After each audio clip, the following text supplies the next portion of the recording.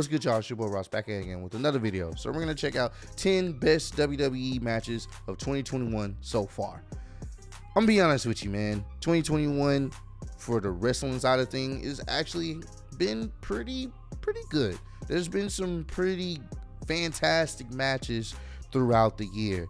And I'm willing to bet, I don't know if he's going to have this on his list, but I think there should be a few Roman Reigns matches in this list. I just have to believe there has to be at least a few Roman Reigns matches in this list because he's been the best part of 2021 for WWE. So I'm looking forward to seeing what his list is all about.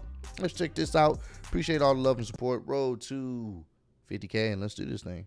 Any other year in recent memory, 2021 is going to be a year of two halves, and nowhere is that pandemic, post-pandemic divide more clear than in WWE, with July being the month where they fling open their doors and welcome the unwashed masses back to professional wrestling. With the first 6 months of the year in the books, in the pocket, out of sight, love you OSW, let's have a look back at the 10 best matches from the final pandemic months of the big dub. And hey, we give out about WWE a lot, often with good reason, but this list was hard, with stacks of honorable mentions like both Rumbles. Sorry, can't bring myself to put no fans Rumbles on the list. Everything Kushida is doing in NXT right now. Ripley, Asuka, Flair, Adam Cole versus Kyle O'Reilly was brutal, if a teeny bit too long. The Fatal 5-Way from In Your House, the SmackDown Chamber match. There are so many savage omissions from this list, and I look forward to hearing your emotional reactions to each and every one of them. I'm Adam, hailing from Parts Fun Known, and these are the 10 best WWE matches of 2021 so far. Let us know your favorite WWE matches of the year in the comments. I'll reply to the most top voted comment, and for the love of God, make sure you hit that subscribe button and turn your notifications on so you never miss a PFK list. Finally, stick around at the end for a word from Surfshark, our sponsors for this week's episode. Number 10, Drew McIntyre vs Sheamus, Raw, March 1st. WWE sure enjoyed hiding match of the year candidates on free TV this year, didn't they? With this being the first of two former friends clubbed the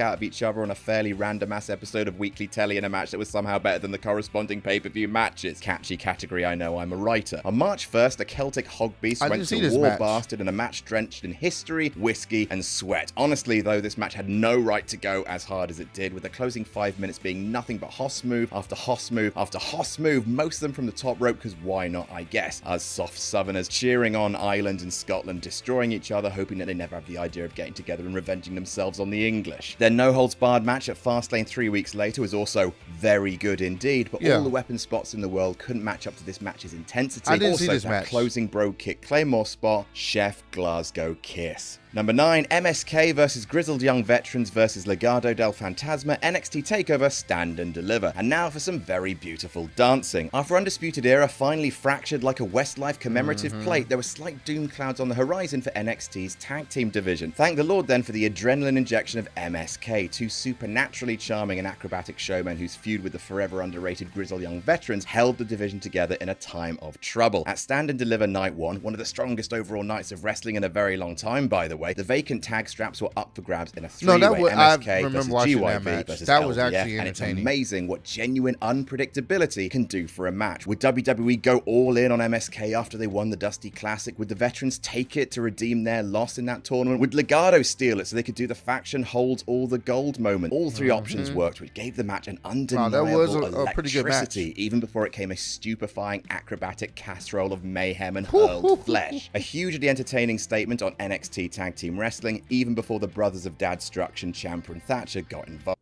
That was very special, kid.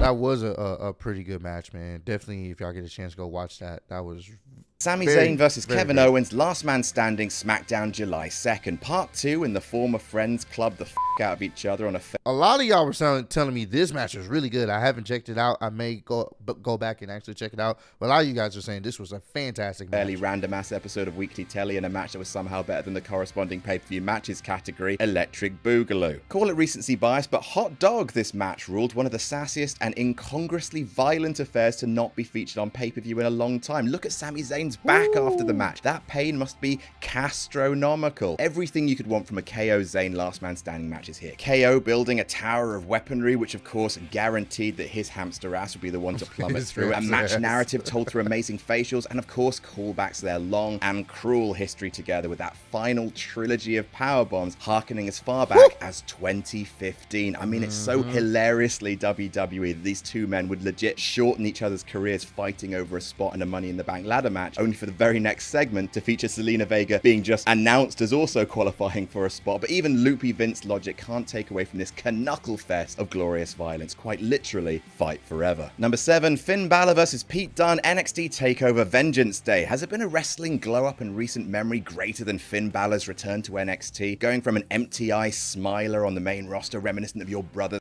Him going to NXT, going back to NXT, best thing that happened in his career.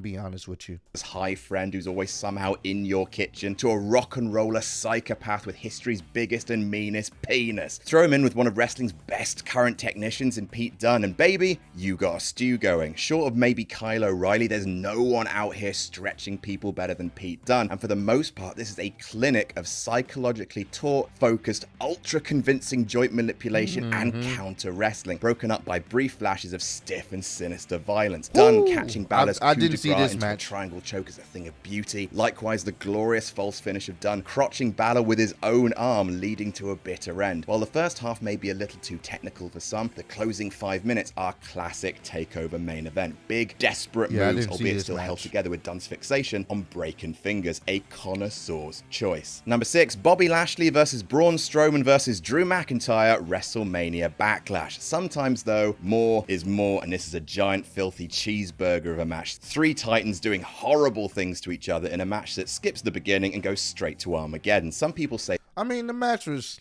I wouldn't have put it in my top 10 because I don't really too much remember that match, but it was a train wreck, a carnage fest. That's pretty much how I viewed it. That Vince still hasn't slept since this match. It's all his fantasies come true. Just an endless carnival of thudding meat and a it has some pretty cool spots. It's enjoyable to watch, but I don't know if I would have put it in my top 10. So things happening that should not be able to happen. Braun Strowman should not be able to hit a somersault plancher off the ring apron to the outside. Drew McIntyre should not be able to hit a Michinoku driver to Braun Strowman. Braun shouldn't be able to catch a Claymore into a powerbomb through the announce table. It was so much good, all the time, and all of it very dangerous looking indeed. Silly wrestling. Silly, stupid wrestling. Braun, you are missed. Number 5, Roman Reigns versus Cesaro, WrestleMania.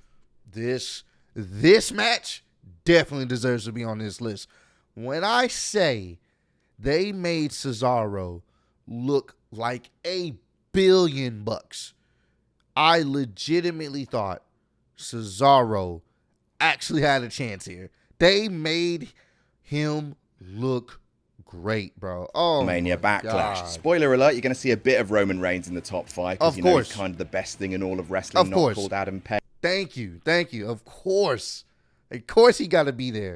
I will acknowledge Roman as the head of this particular table because his run's been booked to pretty much perfection from SummerSlam, and a lot of that has to do with the choice of Roman's opponents. Every month, Roman's out here with the best indie stars of the generation and keeping up. Kevin Owens, a certain GOAT that we'll get to, and of course, Cesaro, who hasn't felt this important since 2014, and Jesus Christ, it's about time. At WrestleMania Backlash, which zombies aside was a glorious pay-per-view turns out, the Big Dog and the Big Tony went 30 minutes. And yes, this is what we've been asking for. We were right to want this all along. Some gorgeously fluid wrestling paired with the well-established, story-driven moments we've come to expect from Roman Reigns matches, be it always great value Paul Heyman at ringside, the long-term Uso storyline, or simply the Tribal Chief's poise and disdain for his opponent, even when that opponent is able to snatch him with an uppercut at a moment's notice. Could have done without the distracting vampire teeth, Big Ches, but that's my only quibble. Number 4, Daniel Bryan versus Edge versus Roman Reigns, WrestleMania. Fantastic match. I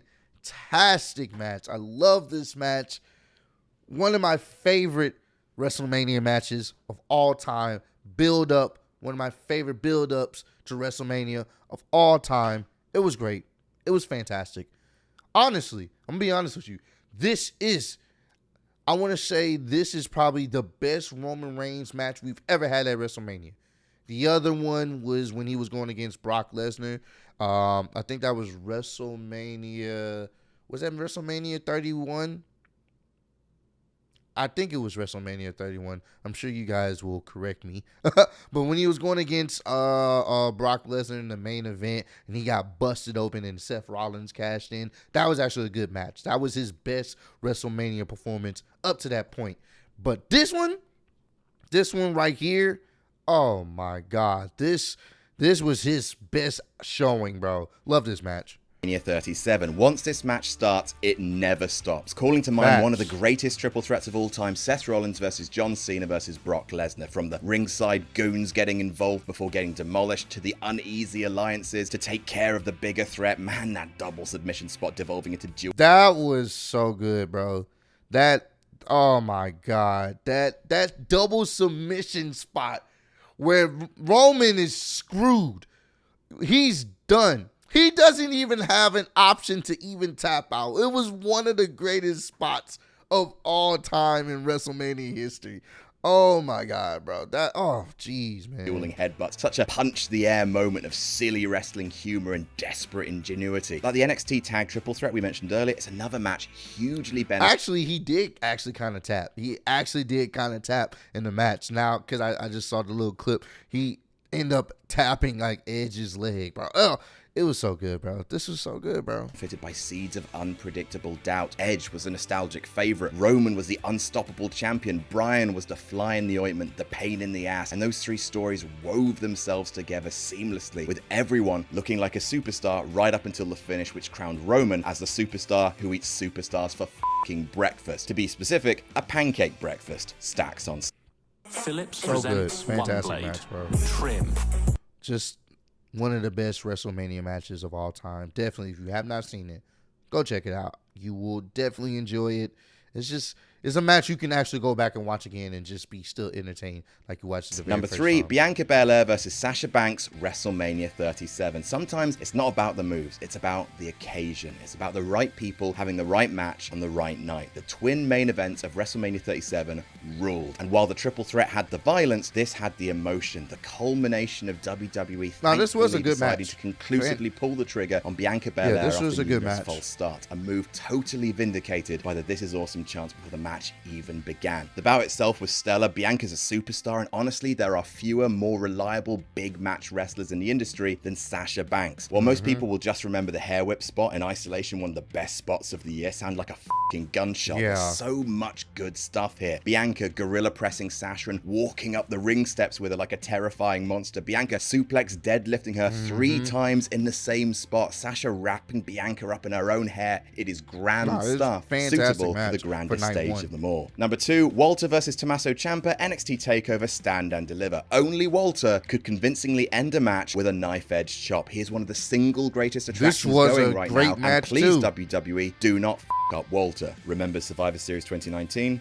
Do not f*** up Walter again. This match is eye-watering and I love it so. For a while, Tommaso Ciampa's brand of Rasputin-flavored ultra-violence has lain dormant in NXT, occasionally bubbling to the surface to create magic. His matches with Thatcher were wonderful. His match with Walter is another level. The multiple chops, including the hilarious spot of Walter chopping through the announce table, him nearly decapitating Ciampa in the best big boots as the late great Test, Ciampa somehow hitting a fairy tale ending on the world's largest and most threatening baby. It all just feels real. The world's largest, most threatening baby. He does look like a big ass baby, but he'll beat your ass. Last horrible scrap of it. The selling, the strikes, the sounds, the welts, the finish. A wonderful exhibition, an increasing legacy of pain for both competitors. This was a dream matchup. And number 1, Roman Reigns versus Daniel Bryan, SmackDown April 30th. That's his number match 1 of the year so far was on bloody SmackDown. I'm not even gonna lie to you. That match was good. That match was great, man. This is why SmackDown has been the better show out of Raw. Like, it's the better show. They are the A show. Raw is no longer the A show. I'm sorry. You got Roman Reigns on there. You got better wrestling, better storylines. SmackDown, man. They're holding it down right now. I can't believe it either. Daniel Bryan versus Roman Reigns, with Bryan being banished from SmackDown if he loses. Doesn't really get much more blockbuster than Yeah. that, and this lived up to it. And hell, what a match to debut a new theme as Yep. Roman ascends to final boss status. It's Yep. WWE's version of Sephiroth's theme, and I am so here for it. Anyway, the match is f***ing brilliant. Daniel Bryan wrestles like it's his last match, turbocharged with speed, intensity, and raw facial emotion. Him and Reigns are a perfect blend of Yes. speed and power. Roman hitting him with huge moves like a top rope powerbomb, and Bryan being able to strike little and often at Roman's arms whilst using his own speed against him. Joyous stuff, even without the huge and legitimate stake, which WWE, rare for them, actually followed through They on, did. delivering a definitive finish, clean no less, and Yeah. a result that increases in significance. He beat him clean. He beat him clean and kicked him off. Daniel Bryan's gone. He legitimately beat him clean. When have you ever seen a match like that happen where the babyface actually loses and actually leaves? They don't ever do that. This is the one time they did. He legitimately beat him clean, bro. No help. That is, oh my, that makes you hate him more from a character standpoint, because it's like, bro, this motherfucker beat Daniel Bryan with no assistance. He did it by himself and then banished him from SmackDown. Oh, so good. Significance for every subsequent week that Daniel Bryan remains missing in action. The Yeah. only downside was that this match didn't happen in front of fans, and honestly, Yes. I can't wait for wrestling to be wrestling Yes. again. Hey, you've just finished watching one of our Oh lists. my God, man. If that match would have happened in front of fans, fans would have lost it. They would have gave Roman such nuclear heat. People, they would have been shots of fans like this. Shocked, like, oh, they really let him go. Like, bro, this, that's why I can't wait to this Friday. SmackDown is coming to Houston, Texas, man. Can't wait. I wish I was going to the show. I won't be able to go to the show, but I will be checking it out. Back in Houston, fans are back. Looking forward to it. Also, Money in the Bank, I believe, is coming up this Sunday. I could be wrong, but I do believe it's coming up this Sunday. So definitely, I'm going to be live streaming for you guys. We got to check this out because this is going to be a pretty interesting pay-per-view. I'm looking forward to watching with you guys. But I appreciate all the love and support, man, you guys have been showing on the channel. And comment down below, what was your favorite match from 2021 so far this year? If I had to choose, for me personally, my favorite match is still that WrestleMania match. Them Edge versus Roman versus Daniel Bryan at WrestleMania in front of fans. Favorite match of this year, hands down. Love that match. Probably gonna go watch that match again after I finish recording this video. But I appreciate all the love and support. Road to 50K. Appreciate y'all kicking it with me. I'll see y'all on the next one. Peace.